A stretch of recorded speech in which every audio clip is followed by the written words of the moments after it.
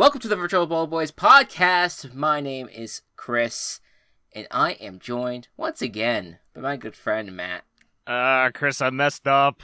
Oh no. I messed up. I was looking for a place to live, and I accidentally bought a condor. Oh no. Oh no. What am I gonna do? Okay, alright, so here's the thing. Do you have a empty room in your house? Not really. Okay. Alright, do you have a garage? Yeah, we keep cars in there, but garage, yeah. Do you have enough room to, do you have enough, airspace in the garage where, a bird can just chill for a while? I don't know, I'm looking at these pictures. This is a big-ass bird. You actually just got a picture of the bird right now. What day is the condor being shipped to you? February 30th. Oh man, it's a long time from now. So you got time. You can prepare. Chris, do you think I got scammed? You might have gotten scammed, my dude. Maybe, yeah. Honestly, when I think about the condor, I just think of there's a ride in a local amusement park that we have here, like a Six Flags park that is it's just like those I don't even know how I would describe it, but it's like a tower, and it has like the big drop.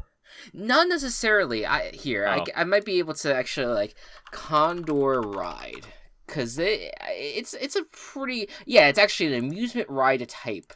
Here. Oh, okay. I'll send it over here so that we get some context here. This thing, is this what I bought? Oh, shit, you're gonna get. So you have a backyard.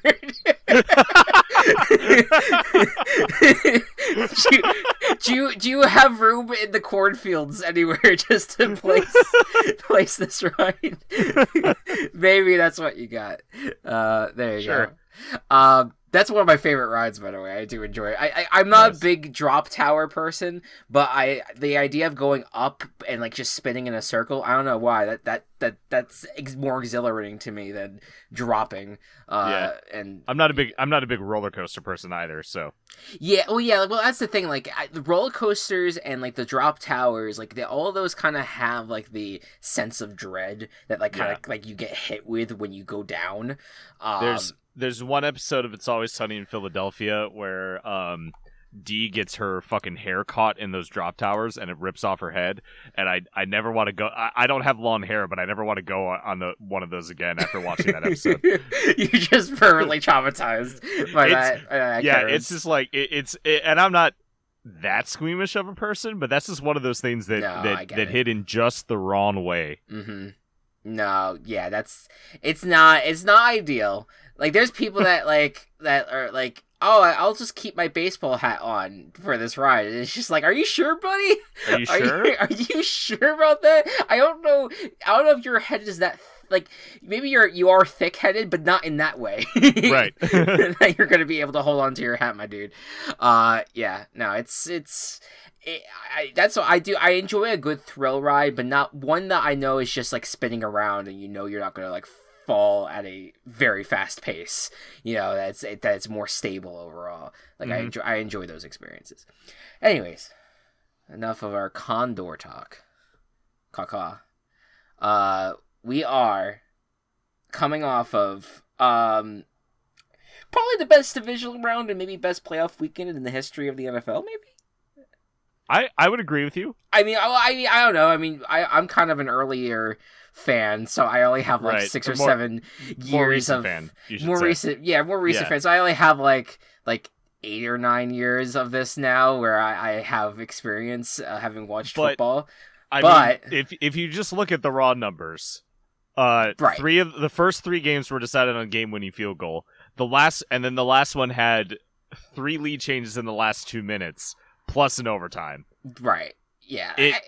There's no way any other weekend has ever topped this. And it's upsets. You had quite a bit of upsets also, like, and that's always what is a marker for a very good weekend of football. So it was phenomenal. It was a great time. I can't wait to dive into that. We're going to talk about everything that happened, or as much as we can, as much as we can remember from the whirlwind. We will talk about those. We also have a lot of news, a lot of which just came today when they were recording this. And then, of course, we're going to pick our winners for the conference championship games. Pretty straightforward, just covering a lot of ground here, a lot of the things that have occurred since the last time you heard from us. So, let us bring you back to 4:30 Saturday, January 22nd. There you go. 22nd.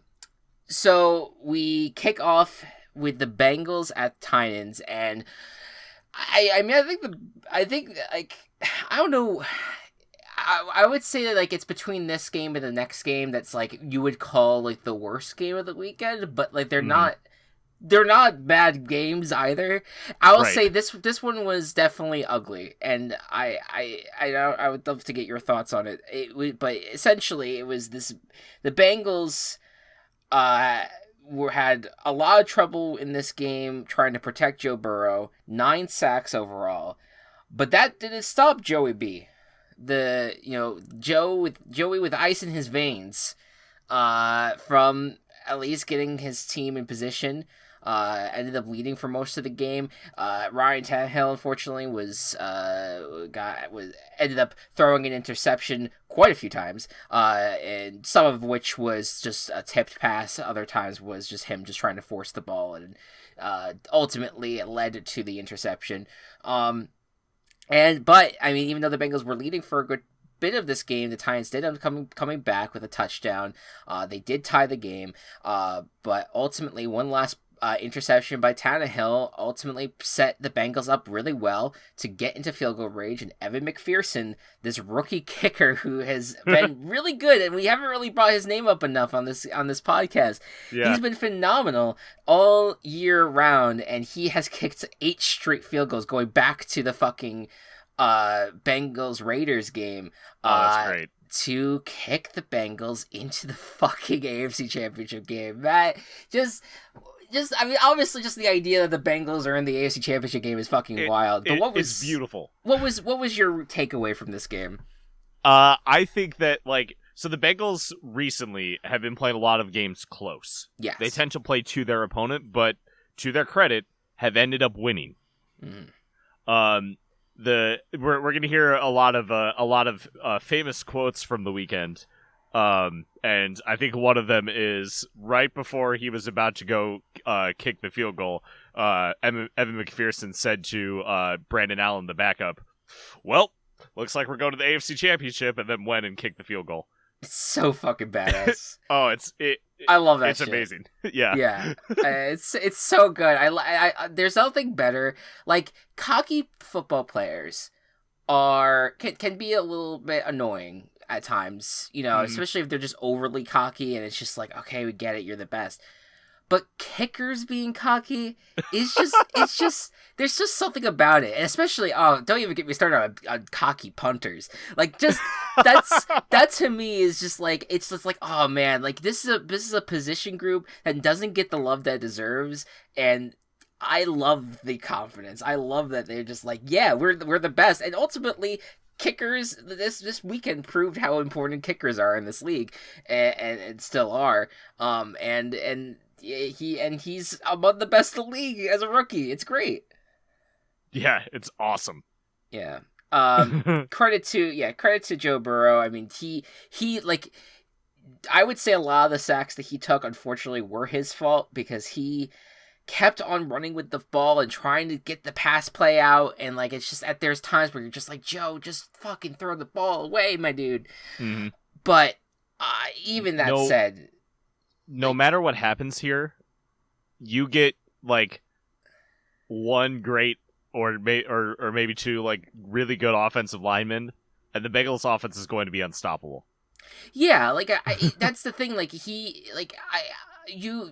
Yes, I'm putting some of the blame for him for the offensive line troubles and the sack troubles on him, but like I still think that he played phenomenally in the game, and like he kept them in it. Jamar Chase had the big, always has that big, catch and run that he always does in these games, and I feel like that's always going to be a factor when you think about what the next round is going to be like for them.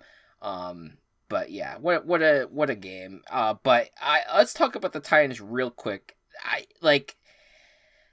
This was always a team that felt like a weird one seed, one that like you don't really like think about, like when you think of like dominant teams that have held the one seed in recent times, like you never really put the Titans up there. Granted, it was a weird conference as well, so like no matter what, it was kind of gonna have like a weird team in that slot. But we thought coming into this game that Derrick Henry coming back would put this team in a good place, that their defense, which did play well in this game overall, would be with that combined with Derrick Henry and the running game in general would be a huge, would put the Titans over the edge. That's why you and I both picked them. But it just ultimately ended up where even though the defense stepped up, Derrick Henry just could not get the ball going. Ultimately, the Deontay Foreman or Freeman, right? Deontay Freeman. Foreman. He ended up doing he got the ball twice and ended up getting more yardage than Derrick Henry, who had I think like 6 or 7 carries. Yeah.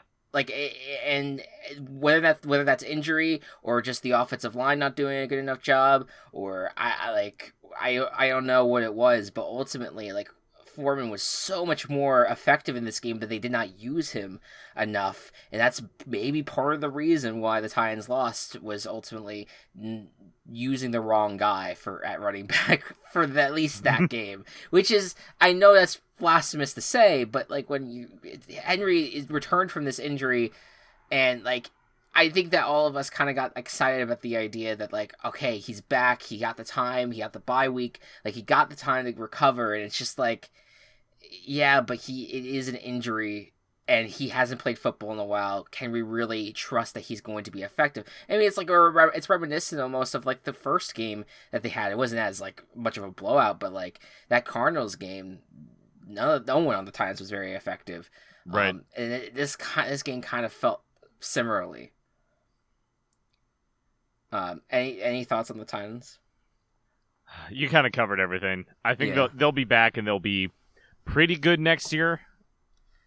But I feel like something's got to change or go ahead for them to like really be good, and maybe it's just make sure everyone is healthy the entire year, and that could be it. But they have a great coach. They have a great offensive pieces. They just got to put them together. I feel like there's a lot of talk about Tannehill, and it's like, I get it. I get that people are being like, all right, well, maybe this shows the limitation of Tannehill. I'm not there yet with that. I do think that Bengals defense has something there that, they played well enough to stop them and kind of freak them out a bit. But I also think that, like, I don't know, I think that Tannehill has shown that he could win playoff games. I mean, he made it to the AFC Championship game a few years ago. Like, yeah. I don't know. I'm not at the point where I'm going to throw Tannehill to the fucking absolutely not. Like, he's earned some wiggle room, I suppose. Yeah, we'll see. I think maybe more receivers. I know that they have Brown and Jones, but Julio Jones was not effective this year at all. I think you get other guys in there for the passing game. Definitely offensive line work, and maybe people in the secondary as well. People that could stop Joe Burrow. Would probably all work out for the Titans. All right, let's move on. 49ers at the Packers was the 8:00 game. And now, so this is the fun part, because to me, I feel like we could talk about our own anecdotes of having experienced this game, because you and I were on call. We're doing our own things. And I was kind of paying attention to it. Uh-huh. I know you were a bit more attentive on the game, but essentially it was a low-scoring affair. I think the halftime score was like 7-0 Packers, if I'm remembering correctly. That sounds right. And it was the snow started pouring down. 49ers offense was just not effective. Granted, the Packers offense was also not effective because the 49ers defense was doing wonders, and Aaron Rodgers was not playing well. And I will say, like, it was in this moment that I was like, man, I really don't want Rodgers to win. Because even like a few days earlier, he ended up giving another interview of just being a dickbag.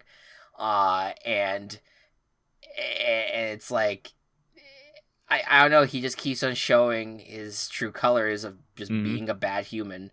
And I just am like, you know what? I don't really want this guy to succeed. And so it became, this was something that I was like, I was kind of like internalizing even more, because I still, in my heart of hearts, was like, there's so many players on the Packers that I do want to see get a championship. Mm-hmm.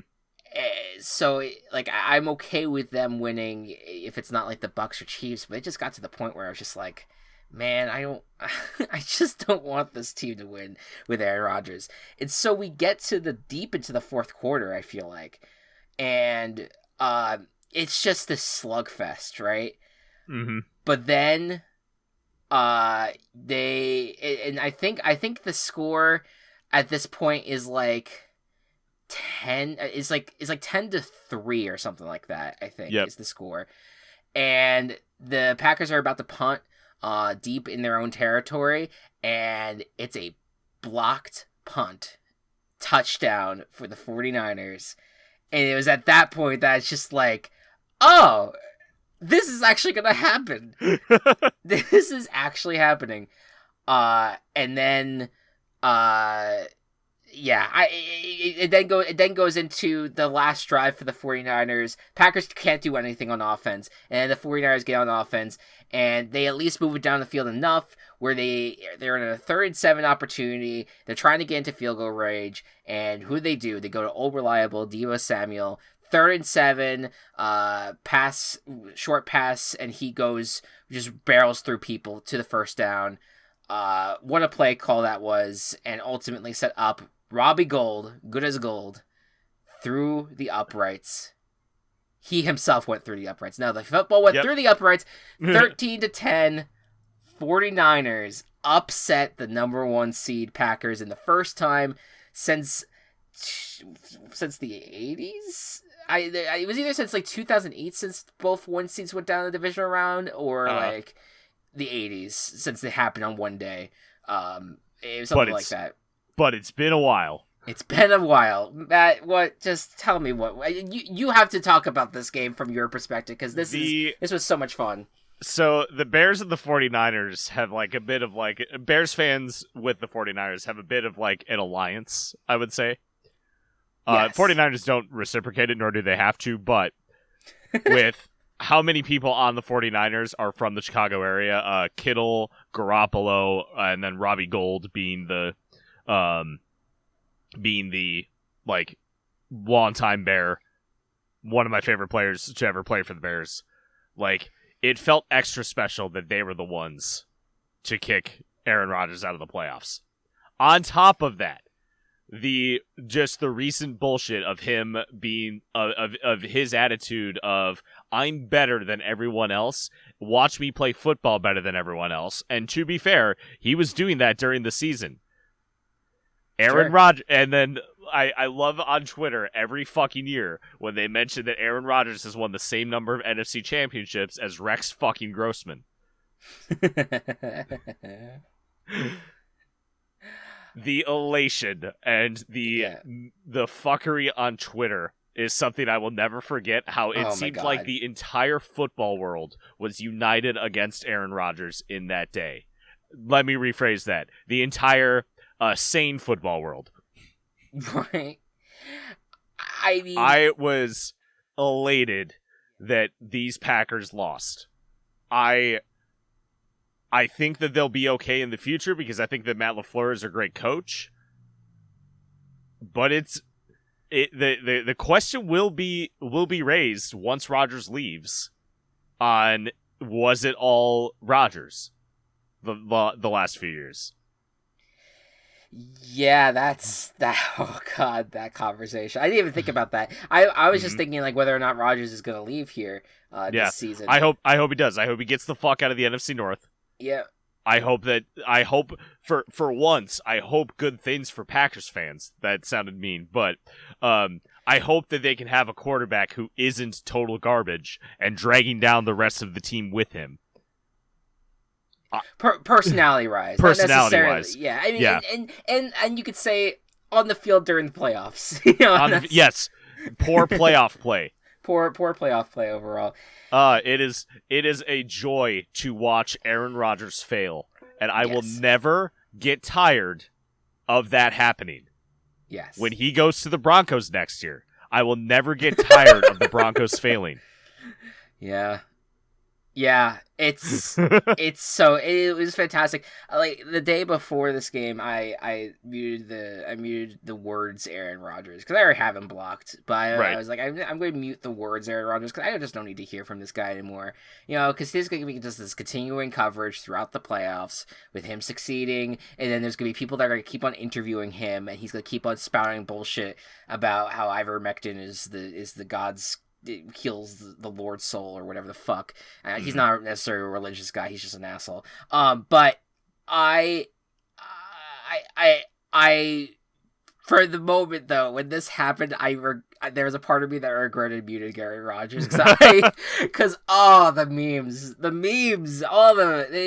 the Twitter blowing up the way it did was phenomenal, and it ended up being like just one of the best nights to be a football fan and follow social media, especially if you're neutral. Like if you don't have a rooting interest, but especially if you hate the Packers or hate Aaron Rodgers. That night was legendary. It's legendary. It goes down in history. And not to say like we're talking a lot of Packers. Like give credit to the 49ers. They did it again. They're in the NFC Championship game as a 6th seed.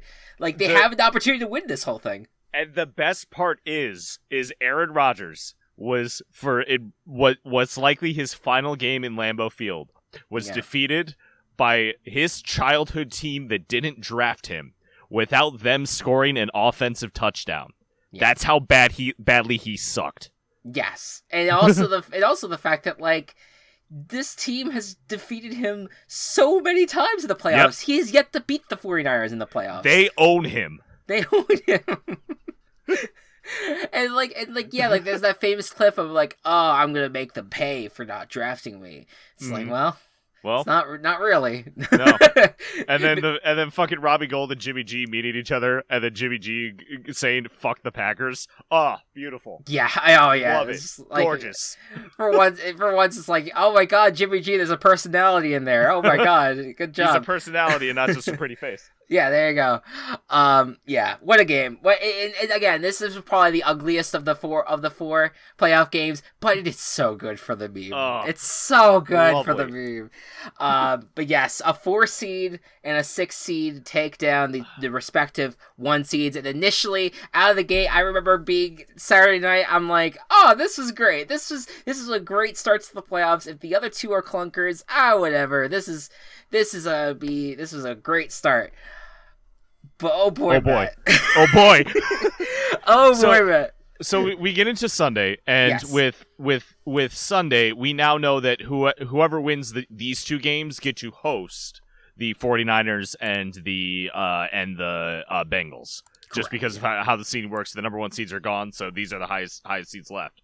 Yeah. We start out with the Rams Buccaneers, and I want to find the texts that I sent you. Sure. That day. Okay. Because like I said, we had we were like the day before I was like, wow, both these games were close. That's awesome. And then Rams Buccaneers happened, and the Rams were just fucking dominating the Buccaneers in every fucking aspect. and at 3:23 Central Time, I texted you, I don't even care that this game isn't close because of how badly the Rams were winning. Yeah. Sunday at 5:08, I need to shut the fuck up. Yeah, because essentially, this was for a good chunk of the game, just not a good game for the Bucs. But what ended up going their way was turnovers, and you had Cam Akers fumbling the ball that led to the Buccaneers scoring.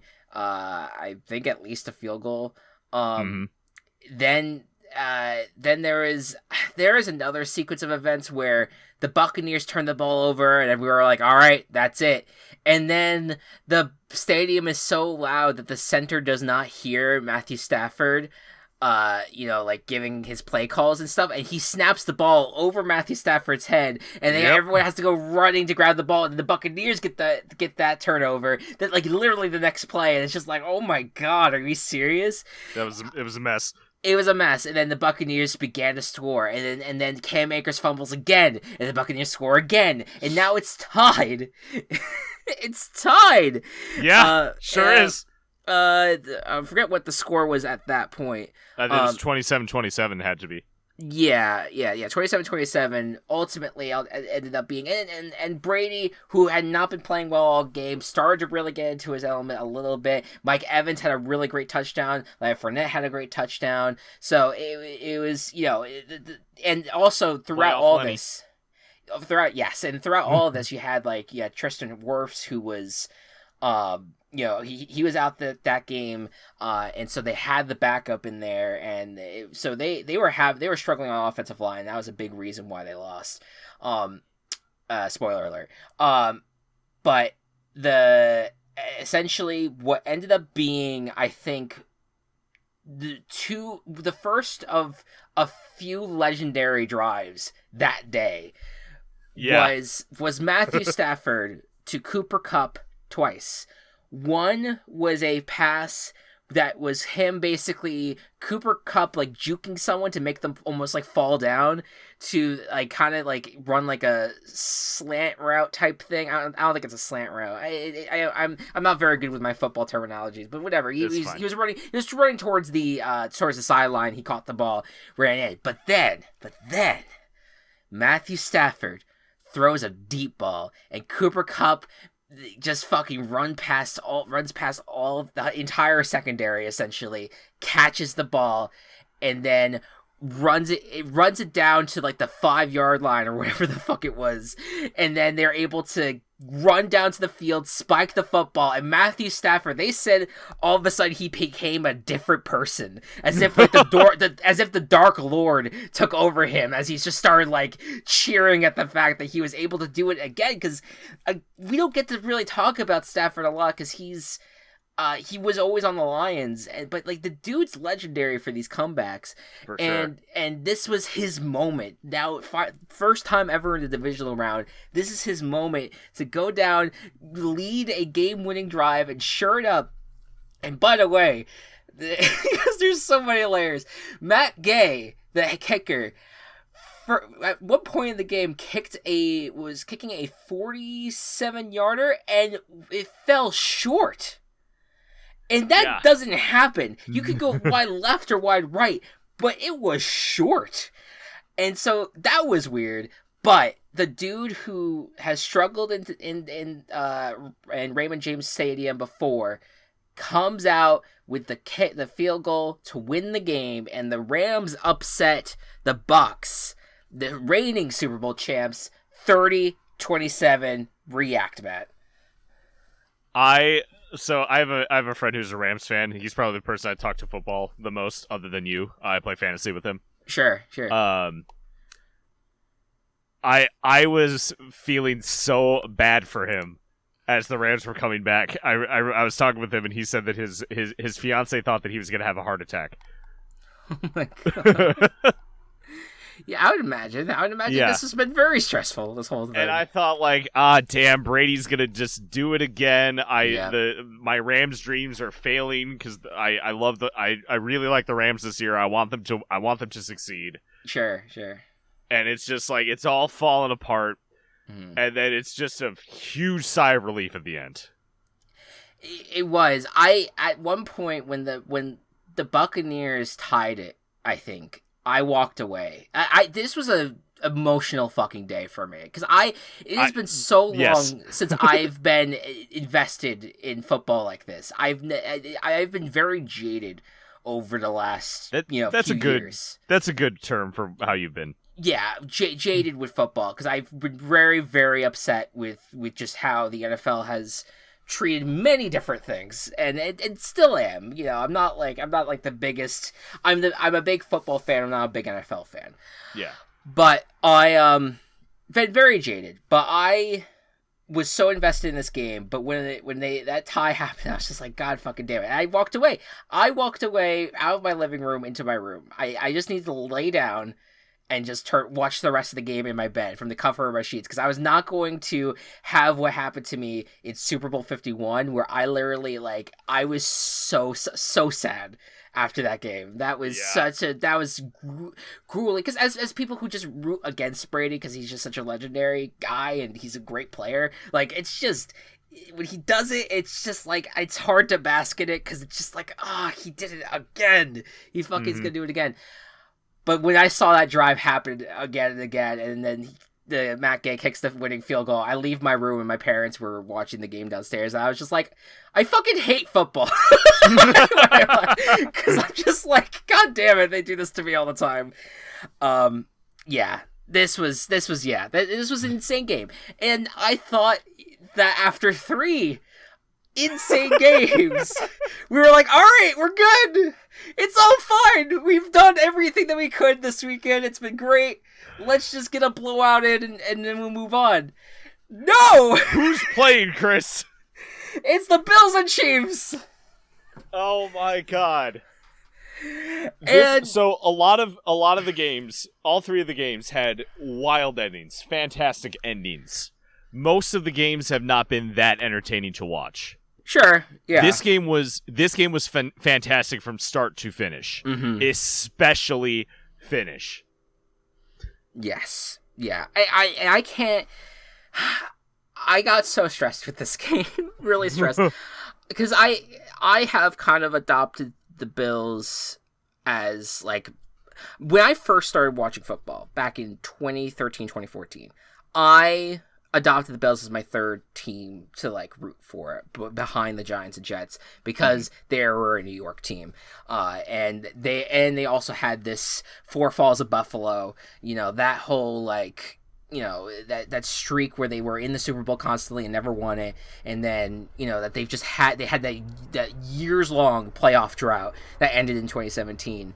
There was so many things that I had with this Bills team, and there was recent times where I kind of fell off of the Bills, where I was just kind of I'm not really super rooting for them, but this team won my heart back in a lot of ways, and it's really because of Josh Allen and because of just how exciting this offense and at times defense would play. So I can't speak to a lot of what happened in the game because I ended up passing out during the first half. Oh my God. Because I just couldn't handle it. I was just like, I can't watch this game. It's going to be too intense for me. I need to just I need to relax because the last game kind of had in my fucking, I don't know, fucking heart levels, blood levels, and just I need to just breathe. So I wake up and it's basically beginning of the fourth quarter, and I feel, Matt, you watched the majority of this game, or you watched the whole thing? Yeah. Okay. What at one point was there ever a two score game? I don't think so. Yeah, okay. Not that I can think of. I know at least at one point the Chiefs were leading the Bills by, I want to say, a kind of significant point. Yeah. And or at least it felt significant at the time. Yeah, so essentially the Bills have Josh Allen, who let's just talk about the last sequence, because there was Gabriel Davis had the game of his life, where he basically caught 4 touchdown passes from Josh Allen. So no one's ever done that before, by the way. No wide receiver's done that before. So they're marching down the field. It is a touchdown would put them in the lead, and they reach the 2-minute warning, and Josh Allen out of the 2 minutes. There, I think it's like 4th and 13 is the down distance.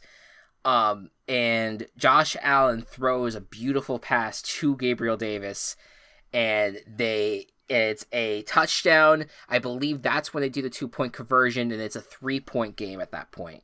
Yeah, I think it's like 29-26 or something like that. Yeah. And then the Chiefs hit the ball, and I'm like, all right, this is the final drive. They're going to just go down and kick a field goal. And that part's important. This is the final drive. You think? Well, no. You think it's the final drive. I know, but that's the sentiment that everyone has. Yes. Yeah. And so then, all of a sudden, the Bills' defense completely breaks apart, and Patrick Mahomes finds Tyreek Hill, and Tyreek Hill just does this huge run to the end zone, and again, they take the lead. And it's just like, what the shit? So now, I believe it's 30, it's like 33-29 at this point. And it's just like, okay, Buffalo does have a little bit of time. Mm-hmm. Let's see what they can do. Let's see what they can do with now their final drive. And it's like, the final drive of the game, right? Yeah, it has to be, right? And then they use their timeouts wisely, and they keep a lot of the times in the last few. I think it happened a lot in the final 2 minutes, but I think also prior to that, a lot of this game was so frustrating to watch if you're like rooting for the Bills, because they just could not do anything on 1st and 2nd down. It was always 3rd and 4th down that they were succeeding, and that kind of was kept on being the case to that point. Josh Allen is insane. He takes it on himself again. You know, he's this runner of the football, getting the first down all the time, but once again finds Gabriel Davis in the end zone and gets a touchdown with 13 seconds on the clock. And at this point, I'm like, I did not fucking trust it. I didn't trust it. I will be on the record. I don't care if you guys don't believe me. I don't trust it. I was like, this Chiefs team has 3 timeouts, and it's 13 seconds. Patrick Mahomes can do it. He will absolutely do this shit. And I kind of felt like that too. Like I thought that. I'm mainly just talking because you've been talking for a while. No, please go ahead. I felt like, holy shit, the Bills did it, but the gut feeling of. There's no way to confirm, no way to be sure. Yeah, no, that's the thing, and I'm like, like there's a lot of different theories at this point what they should do, and like in retrospect, it's like, okay, yeah, you kick a squib kick here, and like maybe run the clock a little bit, but at that point, you do risk the idea of them being. Starting from like the 40-yard line and then having a play to, maybe get into field goal range that way. There's no correct decision. Yeah, I think that a lot of people that are like, oh, do a squib kick. I don't think anything was a guarantee. So that's when. So they ended up kicking into the back of the end zone to this, to some criticism on that front, but they ended up Patrick Mahomes starts at the 25-yard line, 13 seconds on the clock. Throws a pass to Tyreek Hill that brings it basically to like the 40-yard line. And then they call a timeout on that one. And then Patrick Mahomes throws it to Travis Kelce, and a breakup in the secondary leads it to, I think it was the 30-yard line, the Bills 30-yard line or something like that. Yeah. Timeout, easy fucking field goal for Harrison Butker. And we go to overtime. And it was at this moment, Matt, that I was like I thought I saw Satan. That I was just kind of like, please take me with you, Satan. You don't get mad easily. Oh, I feel like I do, but I appreciate at that. least in how you express it to me. Yes. Yeah. You don't get mad easily. No. I was scared. Yeah. When you texted me right after that. Yeah. Well, so what happened was that then the coin toss happens, and this is this has been a debate all over the internet since then. But the coin toss happens, and the Chiefs get the ball. I turn off my TV and just go to bed. I just lay in bed I just lay in bed, and I text Matt. I said, I'm turning off the TV. Fuck this shit. He says, are you okay? I'm like, yep, Chiefs win. And he doesn't respond to me. Rightfully so, because if I was wrong, Matt was going to be like, are you sure? But I just knew. I just knew at that moment the Bills' defense was not stopping anyone.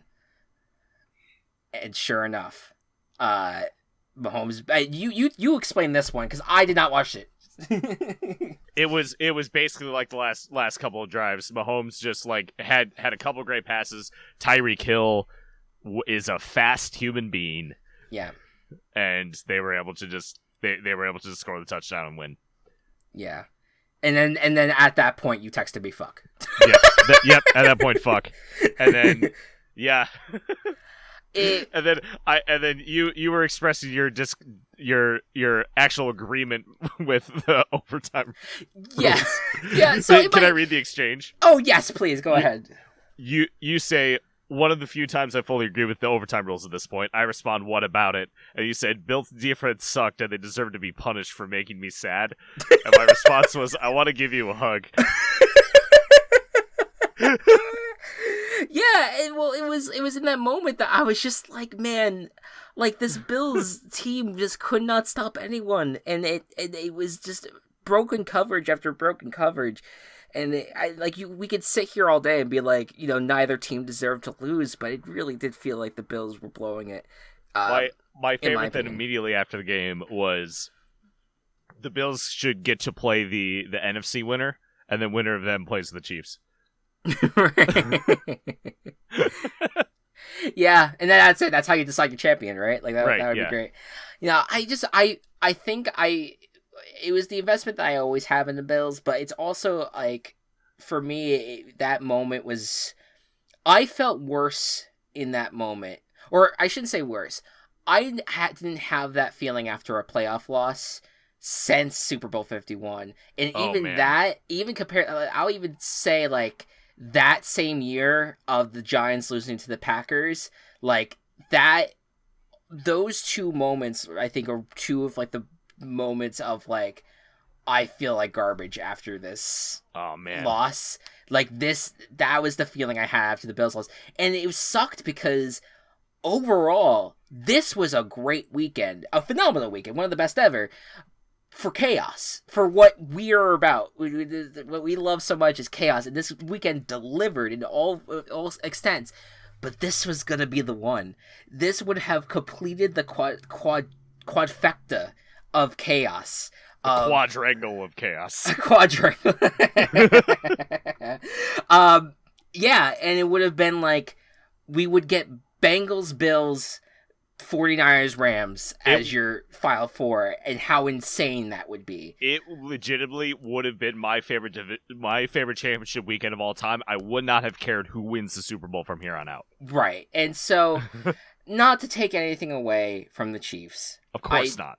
They're a great football team, and honestly, there's a lot of likable. I love Patrick Mahomes. I love Andy Reid. Like I genuinely do love them. I don't love their organization. Fuck the native names. But like, it does. I'm okay with the idea. I will be accepting of the idea of Mahomes and Reid getting a second championship game, because that just feels fitting for like the narrative of the NFL. That said, though, God, this Bills team really, I like this. They've been through so much with the Scott Norwood kick and the fucking the Music City Miracle, and now 13 seconds. 13 seconds is going to live. 13 seconds. That's what it's called. That's what people are dubbing it, at least. I mean that's what you have to, right? Yeah, that's what it is. You had 13 seconds to make a stop, and you didn't do it, and you couldn't do it, I guess, because just Chiefs are just insane. Just what an improbable insane weekend we just had. I think we're gonna have a very interesting final run. I think you have 4 teams that are, I think all of them are interesting in their own ways, and it's just gonna be fun to see kind of how it all kind of comes together. But I don't think we're gonna have a weekend like this the rest of the way. Absolutely not. And so we can, as much as that sucked Sunday night, amazing weekend of football. Yes. We won't see Aaron Rodgers, piece of shit, anymore. We won't see Tom Brady anymore. Yes, exactly. Yeah, no, less of a piece of shit, still kind of shitty. Right. Tom Brady has, like, in terms of likability, Tom Brady from like, yeah, just like definitely above Aaron Rodgers and above like a few other people. You know, maybe that's about it. Yeah, it's great. I am excited about what is left here, and we'll talk about the championship games in a second. I do want to run through the news. We are already 45 minutes in, but I'm okay. That's okay. We can get through it. It has been 2 years since we started Team Chaos Productions, and we would not be where we are today without the help of Anchor. You've heard us talk about it all the time, but let me remind you, this completely free platform gives creators the tools that allow you to record and edit your podcast from your computer or phone. Once done, Anchor will distribute your podcast to Spotify, Apple Podcasts, and many more so you don't have to. You can also make some money on the episodes with no minimum listenership. It's everything you'd ever want in a podcasting platform, so download the free Anchor app or go to anchor.fm to get started. Happy podcasting. What makes Table Party different from other tabletop podcasts? The music. The setting. The characters. The gore. A bunch of different games. The refreshing coldness of ice cream. The 300-foot-tall squid named Delilah. The dice rolls. The horrifying body horror. The aroma. The suffering of my players. Dairy Queen blizzards. The luxurious plush texture. The free coupons. Bad decisions. And who can we expect? I'm Kelsey. I'm Matt. I'm Gabe. I'm Walsh. I'm Chris. Welcome to the Table Party. Welcome to the Table Party. Welcome to the Table Party. Welcome to the Table Party. Welcome to the Table Party. Can I get us started? Oh yes, kick us off here.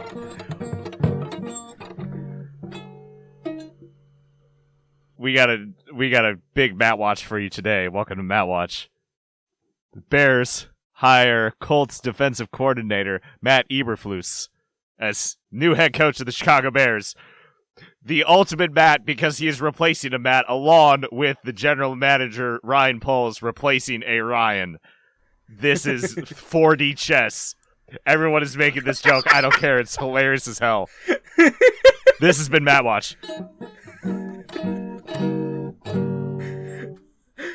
Can I just say, I did, when they announced Ryan Poles as general manager, I had to do a double take because of the P, E, and S, I was like, did they just hire back Ryan Pace? What's happening here? But no, it is a different human being. Yes, Bears hire Matt Eberflus and Ryan Poles to lead their organization into the future. I don't have any major takes about this, but I would imagine you have at least a semblance of a take. I mean, they both seem like pretty solid hires. I don't think they're neither of them are like the flashiest or like extremely like this is the best fucking hire ever. Right. But Ryan Poles, young guy, not white, and is well, that's cool. It's a plus. From the Chiefs organization, was a great scout for both college and the NFL. Helped scout Patrick Mahomes. He knows talent, and has like some nice Bears connections. So I think he'll be a good fit. He's young, could get some nice perspective. I think that's cool. Yes. The more I read about Matt Eberflus, the more I like him. Seems to be respected by his players. Turned one of the worst defenses in the NFL to like top 10 overall over the course of 4 years, and has been consistent with that, with only a couple like super stud defensive players with like Darius Leonard. Yes. Put him on the Bears with a front of Robert Quinn, Roquan Smith, and Khalil Mack. Lord, that defense is going to be fun as fuck to watch. Yeah, hopefully. Yeah, hopefully. That's the dream at least. The only thing now for the Bears I think defensively we'll be set. I think this is a great hire for the defensive side of things. We need to choose the right OC to develop Fields. That's gonna be the important thing now. Yeah, because I'm not 100% sold yet until I'm sure that we'll be covered well on the offensive side of the ball too. But I feel good about the defensive aspect of things. Yeah, I am. Yeah, I agree with everything that you said, and I think that's always the key with a young quarterback who hasn't necessarily proven much yet. I mean, we know that Fields has had, he had a few games that he was definitely fun to watch, but you do need to get it right. You need to see, you need to get someone that is going to be able to coach him up, and you have a scheme that's going to be good for him as a player. Because I think that I don't think the Bears are in a terrible spot at all talent wise. I mean, no. I don't know what the cap situation is like for them, but not the best. I think that like I think you're gonna have to maybe restructure the offense itself a little bit. You might have to get rid of Robinson, unfortunately. He's gone. No way. Yeah. No way he's staying. He barely played last year. Right. Yeah. Like, and that includes the games he was active. Yeah. Like if there is going to be like you're going to have to set him up. Maybe you would be great for the Bears, but you guys don't have a first round pick. Yep. But I mean, I was gonna say like you could get one of the Ohio State receivers that he played with and do like a Joe Burrow type situation, but that's not gonna happen. I don't think they're not gonna fall out of the first round. No. So, but there's a lot of them though, so who knows? Maybe you'll get one. But yeah, we'll see. It'll be fascinating to see kind of how it works out. Yeah, it is so hard with head coaches. We never know whether it's going to be good or bad.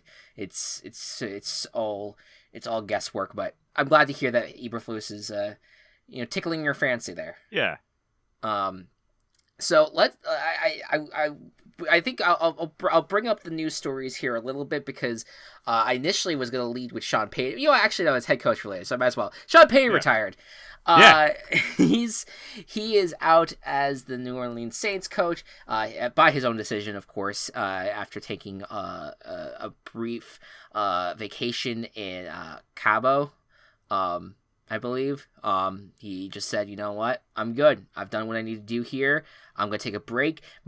He sounds like he is going to coach in the future, so not this year, but probably next year he's going to be a very, very coveted head coaching candidate, which aligns very much with the idea of like Mike McCarthy being fired and then Sean Payton becoming the Cowboys coach. But what's your thoughts on Payton saying goodbye? It's all because of the movie, right? Yes. I mean, like he's since Breeze obviously Breeze has only been out one season, but it's hard to see what we kind of saw Payton. I was still a good coach, still had a good team. They just barely missed the playoffs, but he's been around for a while. It was surprising for sure, but I don't know. Doesn't seem like it was earth shaking. I don't know. Weird situation. Yeah, I think that it was this feeling that was it was this lingering feeling that has been kind of happening where he's been kind of contemplating it for a bit, trying to see when is the right time to leave. I doubt that he was ever going to be fired unless things like really got bad in New Orleans.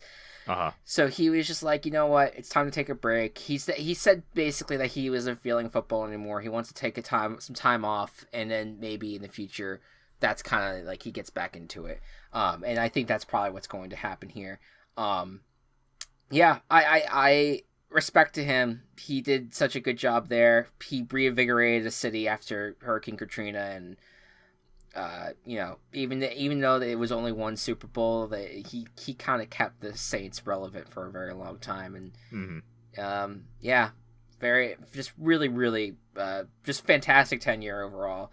And I'm excited to see what happens next with him. But yeah, like you said, I said I'd walk away too if Kevin James was playing me in a movie. Which, speaking of, and I don't know, do you want to do it, Matt, next week? Are you down? I don't see why we shouldn't. Okay, so Pro Bowl's next week. There's not much going to be happening. Yes, there's going to be, we're recapping the conference championships. We'll probably have some more news there. But next week, we ask you guys, book club time. We're going to make everyone watch Home Team. Because we just need to see the shit show. We just need to see what's going to happen in this movie. And we'll come back with our opinions. I don't know how far deep into it we will go, like in terms of recapping it, and like, but we will. I'll take my notes and we'll see kind of how it unfolds. So that's the Pro Bowl episode. Will be our Home Team review. So we'll let you know about that. Big Ben retired. Oh well. Bye. Bye. Not surprising. And then going back to the head coaches, Broncos have hired offensive coordinator from the Packers, Nathaniel Hackett. And Matt, you hinted at it earlier. Does this mean that Aaron Rodgers could try to make his way to the Broncos? He's been hinting at the horse thing for the past 3 months. This is what I'm saying. I know. What did I call him? Oh God, I think I called him a centaur or something. I forget. Yeah, something like that. But yeah, no, yeah, he's on his way there. I think. The Packers have the leverage. I don't think they're gonna let him go that easily. So we'll see. But I think that this is a telltale sign that, like, what other reason would you hire Nathaniel Hackett? Now, no offense to Nathaniel Hackett. He might end up being a great coach. But, like, that just feels like the one thing that just, that just kind of seems likely right now. It reminds me of, like, it kind of reminds me of the Nagy hire a little bit of the, after having, like, a really bad offensive performance in a game prior, getting hired away to the head coach to the Broncos. We'll see. They said that he has a plan for all 3 phases of the game, and that he has a it will be key to see like who's the defensive coordinator and who's gonna be quarterback ultimately. And again, could be Aaron Rodgers. Who knows? The Giants have hired general manager Joe Shane. And my opinion on this, I like the hire. I'm good with it. I like that it's someone that was from the outside of the Giants organization. I like the fact that he's, as Matt was talking about with Ryan Poles, like I like the fact that the guy's young. So I think that all is nice. He was like the second-hand man in Buffalo, and that team obviously is very good now. So maybe that he can play a huge factor into rebuilding the Giants. So I'm cautiously optimistic. To me, all eyes are on what they do with head coach. I think I really want Brian Dable, but I would like that a lot, and that seems to be kind of where their more of their eggs seem to be in that basket. Yeah, it's him or Flores. Well, that's what I was gonna say, because there was a report that came that it's become apparent that Daboll's become a favorite for the Dolphins gig. Gotcha. So that's and then the reporting started where like, oh, the Giants organization really likes Flores, so there's an opportunity for that. I wouldn't hate the Flores hire either. We'll see kind of how it unfolds. I really want it's just the fact that I want that like offensive guy that maybe could help Daniel Jones out. Because at this point I think Daniel Jones is going to be there, and I'm like, all right, if this team is really going to try to win now, let's see if they can actually do stuff with Daniel Jones. Because Jones, like, say what you want about Jones, he's talented. Like, he has talent. It's just not, he hasn't been healthy enough to really show it, and he's been on teams that have been so injured and just have not been coached well. And I'm willing to give him one more shot, especially because this quarterback draft that's coming up is not very good. So who would we get? And ultimately, the talent is not there to go out for a Russell Wilson or any of these big time players. So I'm at the point where I'm like, you know what? If they can take on Daniel Jones, and Daniel Jones ends up being decent next year. If Daniel Jones turns into a Derek Carr, how would you feel? I'd be fine with that. I mean, cool. because Carr is like Carr is a good, solid quarterback. Yes, yeah. Not going to win anything, but won't kill your team with his play. That's what my idea is. Like, I feel like I want a team that's fun to watch. I'm not aching for a Super Bowl. I'm not aching to. I mean, of course, like. That would be a dream, right? To get another Super Bowl. But, like, yeah. I like to watch a team that is fun, that's exciting, that just is captivating. And the Giants have not been like that. So, we'll see. We'll see kind of what kind of ends up in that direction. We'll see where it goes.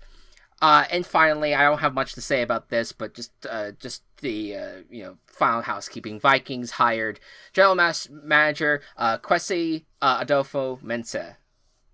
Who is the Browns president of football operations, I believe, or director of football operations. He's now the general manager. Definitely diverse hires right now for the general manager position, not as much for the head coaching position, but the Browns have a very respectable front office, so it's great that they picked him out from there. We'll see how the Vikings do. A lot of decisions there. We'll see what head coach lands there. All right, Matt, it is time. It's late in the episode. All right, I think the ad break probably already played here. I'll just trying to remember to fit it in here. All right, conference championships time. I'll start with the AFC. Yeah, hit me with this AFC talk, my dude. We have the Chiefs versus the Bengals. Chiefs off the backs of one of the greatest football games ever played. And seemingly unstoppable, able to defeat the Bills, demolish the Steelers. Now get to take on the Bengals, who have been plucky, who are the vast underdogs in this game. Let me check what the fucking spread is. Last I checked, it was 7 points. Okay, yeah, that's pretty. For a playoff game, that's pretty. For a playoff game, big. that's a lot. That's pretty big. Is there any chance that the Bengals can have a miracle against the Chiefs? Joe Burrow has been playing nearly perfect for the past for the past 2 playoff games. Can he keep the streak alive to overcome the Chiefs, or will the Chiefs get themselves on their way to another Super Bowl win? I think this is a blowout. I'll be real. Okay. That's where I'm at on this. Yeah.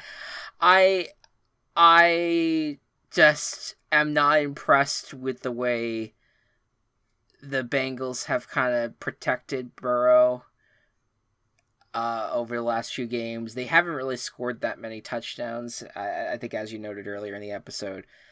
And like I do think that Burrow and Chase have what it takes to keep it a game, but I'm not as excited about this matchup as I would have at other matchups. I wish it wasn't the case. I wish I could be more excited and be like, the Bengals have a chance. And there's people that would argue that, and I'm down to hear it. For me, it's hard. It's hard for me. I'm gonna go Chiefs here. Shit is weird. This league is weird.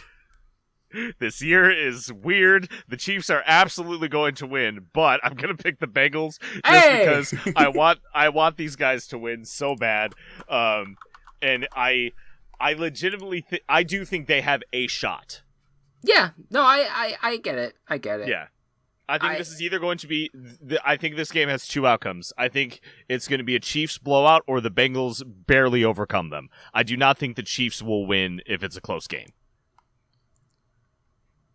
Weird prediction, but yeah, I think that's spot on. I don't see the Bengals blowing out the Chiefs. No, like it's that like at least like with last weekend, it was like I could have seen the Bills blowing out the Chiefs, and it ended up or I could have seen the Chiefs blowing out the Bills. Like that game could have gone any which way. This game, it's like it just does not feel like this is gonna happen for the Bengals. I hope so. I think you and I are rooting for the same thing this weekend. Yeah, but what I tend to do is I pick against what I root for, and the Chiefs are, I think, are more likely to win, but we'll see if the Bengals can do it. You already picked the Bengals. All right. Yep, I already picked the Bengals. All right, NFC Championship. One of the more interesting NFC Championships we've had, because the NFC is always weird. We've never. It hasn't been since the Seahawks since we've seen a repeat NFC champion. Now, these two teams were NFC champions in 2018 and 2019, respectively. Well, you can put the pieces together. But this is a fascinating one because this is a divisional round. This is a division championship. You have two teams that are in the same division that have fought each other a lot, and not only that, but like 49ers Rams was one of like the best games of the year. In a week that was chaotic in week 18. And once again, the 49ers currently have a 6-game winning streak over the Rams. The Rams have had a lot of trouble beating this team, but the Rams are also, I don't want to say on fire because they almost blew it, but they had, up until like the second or third quarter of that game, were completely dominating the Buccaneers, completely dominated the Cardinals in the wild card round, and overall have so much talent on this team that they feel like a Super Bowl contender. But this 49ers team is they're this plucky defense, not plucky defense, they're a championship defense with an offense that has the weapons, Deebo Samuel obviously being the star of this team, and of course Kyle Shanahan, who has just out-schemed Sean McVay every which way. But, Matt, what do you think is going to happen here? See, I love this NFC Championship matchup because kind of those things. There is like the Rams are very clearly the better team between these two. Mm-hmm. But head to head, the 49ers for 3 years have taken down the Rams, and the Rams and 49ers have exchanged who's been good along those 3 years. I'm going to pick the Rams because I'm picking the Rams to win the entire thing, no matter what. Sure. But like that's why like I am so excited for Sunday night, just because it's such a philosophical conundrum. It's barely philosophy because we're gonna see what the fucking result's gonna be on a football field. But it's I just love that situation of this is the better team that just cannot beat this worse team. Yeah, it is wild that how much Sean McVay has been dominated by this guy, and this is obviously I think the harder of the two matchups to pick, just because you have that history there, and then you have it's weighing talent versus history, and for me, it just I think if the Rams closed out that game against the Bucs a lot sooner, I would be sitting here today probably picking the Rams. But because I know that the Rams have it in them to completely shit themselves, I'm picking the 49ers to win this game and to go to their second Super Bowl in 3 years in a shocking 6-seed appearance in Super Bowl. Yeah.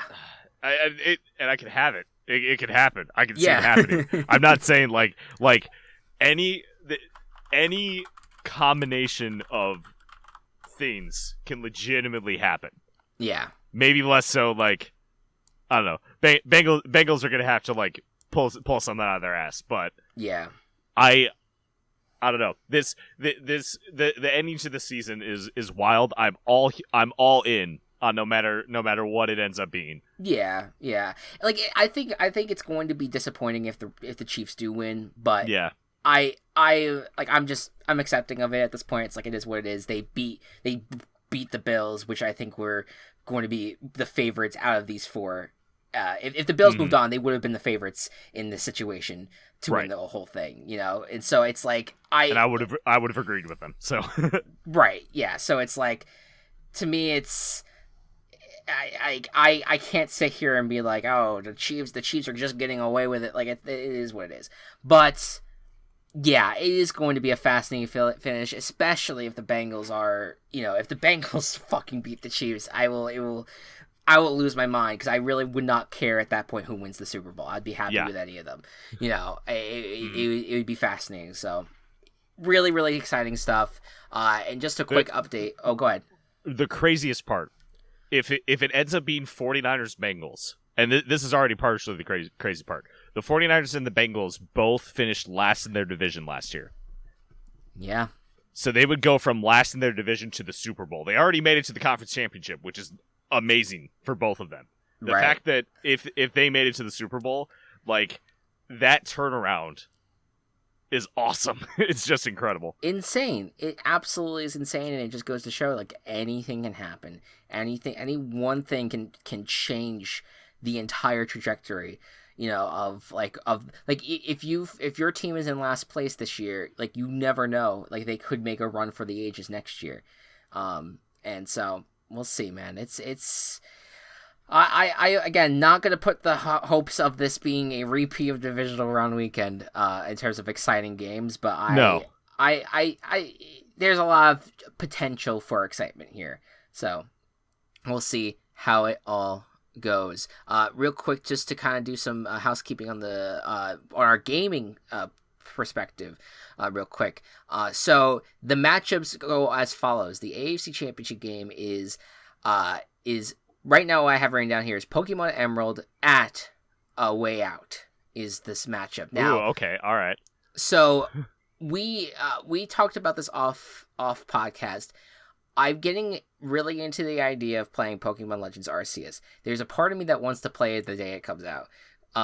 So that's why I don't know if I should swap out Emerald for Legends Arceus here. I think you should keep it as Emerald. Legends Arceus is going to be a completely different thing, and if you end up playing 2 Pokemon games in the span of a month, I promise you won't explode. Yeah, that's fair. That's fair. So yeah, no, I'm very much looking forward to that game. So we'll keep it Pokemon Emerald. Pokemon Emerald at A Way Out. And again, that means that, like, the Bengals won the whole thing. That would be amazing. That would be insane. True. Also true. And then in the NFC, it is Outer Wilds versus Halo Infinite for the NFC Championship game. Okay. In terms of what I want to play on stream, I'm rooting for the AFC in both of them, I think. Yes. Yeah. But I think that I think I'm with you. I think A Way Out would be the most exciting of the bunch. Yeah. Which would mean, hey, if the Chiefs win, we at least get A Way Out. We can play A Way Out. Yeah. But in terms of NFC, I think Outer Wilds would be a fun game for both of us to play, because it is like an investigative story game a little bit. So I think that you and I could probably have, like, a lot of fun, like, you know, playing around with that. Cool. Halo Infinite's a lot more just shootiness. Yeah. Which one's Halo Infinite with? That is Rams. Rams, okay. Yeah. All right. So we'll see. I mean, of course, at any time we could swap any of these out. We're just like, you know, maybe there's another game we want to do. But these four have stuck it out through the first 2 rounds, and we'll see what the final Super Bowl matchup is going to be like. Yes. Speaking of, guys, this is the end of the podcast, which means the next time you hear from us, we will know who will be competing in the Super Bowl. We'll probably know a few more head coaches that have been hired, and we will have gone through the experience of watching. What did you dub it, Matt? The Sean Payne movie? Oh, Sean Plart Ball Cop? Yes, that's it. Yep. that is we will experience that. I love it. And as per usual, keep an eye out. Next week we're gonna have Monday will probably be the gaming coop. Will be uploaded finally. I was gonna do it this week, but just too much fucking schoolwork. So coop will be up. We also recorded our first ever mini coop which will be focusing on one game per episode. We're doing Horizon Zero Dawn, which will be kind of leading up to the release of Horizon Forbidden West. It was me, it was Kelsey, it was Anthony. You'll see that in a couple of weeks. And of course, we also have Table Party on the horizon as well. And Dock of Shame, maybe? Soon, yeah. Soon. It's recorded. It's there. It exists. Yep. All right. Thank you. Any last words? Anything I'm missing here? I don't think so. VBBFL was going to be this week, but I am so swamped with shit that I can't do it. So we're we're pushing it off for a week. All good. But we will be back with that at some point soon. Yeah, guys, thank you all so much for listening, and we will see you next week. Good night and good ball. Can't believe I have to watch the fucking Sean Blart movie. Virtual Ball Boys has been brought to you by Team Chaos Productions. Find us on Twitter at Virtual Ball Boys and find more of our work at Team Chaos Pods.